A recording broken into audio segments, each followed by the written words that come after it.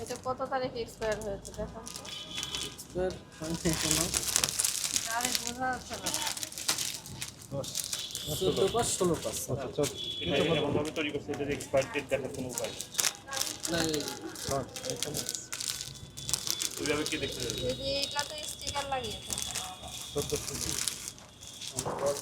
এটা মেয়াদ শেষে উপরে লাগিয়ে দিয়েছেন এই তো? না স্যার তাহলে আমাদের উপরে কেন? এটা কারখানা থেকে এটাতে লাগিয়ে দেয়। স্টিকার থাকার ওটার না স্টিকার আছে এটা তাহলে এগুলোর আবার ইয়ে নাই। ওগুলো মেয়াদ শেষের জন্য ধরে রাখা। না স্যার কারখানা থেকে লাগিয়ে দেয়। হ্যাঁ?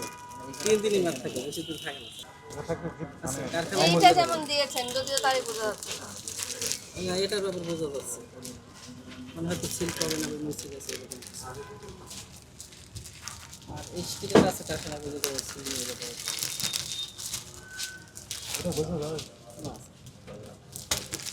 অনিয়ম। মানে এটাতে বোঝা যাচ্ছে না। আর আরেকটা পার্টি আসার কথা ছিল আচ্ছা, ঠিক আছে। আসতে হয়তো আমার একটু লেট হয়ে গেছে।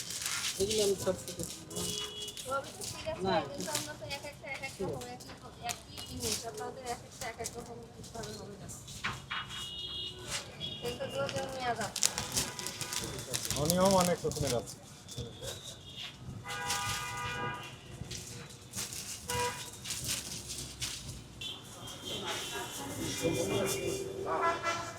না, আপনার এখানে তো আমরা কিছু অনিয়ম পেয়েছি, বুঝতে পেরেছেন? আপনাদের এই প্যাকেটে আমরা কয়েকটা দেখলাম যেগুলো সিল দিয়ে ডেট দিয়েছেন, আবার কিছু স্টিকার দিয়ে, যেগুলো এরকম কাগজে তৈরি সেগুলো তো স্টিকার আসলে গ্রহণযোগ্য না, কারণ সেটা সরিয়ে ফেলা যায়, বুঝতে পেরেছেন? আর কত কিছু কিছু জায়গায় দেখা যাচ্ছে যে ডেট এক্সপায়ার নাই, আমরা মেয়াদের ওই মেয়াদগুলো পাইনি দেখেন নিচের মিষ্টিগুলোতে।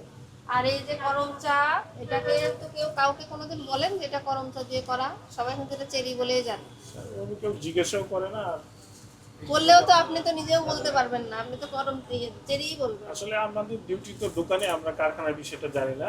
আমি জানতাম হয়তো চেরি ফল, এই জন্য আমি চেরি ফলের কথাই বলছি। আপনার এই যে ত্রুটিগুলো আমরা পেয়েছি সে কারণে আপনাদের সতর্কতামূলকভাবে 10,000 টাকা জরিমানা আরোপ করা হচ্ছে। এটা আপনি তাৎক্ষণিকভাবে এখন পরিশোধ করবেন। জরিমানা পরিশোধ করে তাৎক্ষণিক পরিশোধ করে। ঠিক আছে, আপনার যার সাথে কথা বলে জরিমানা পরিশোধ করবেন।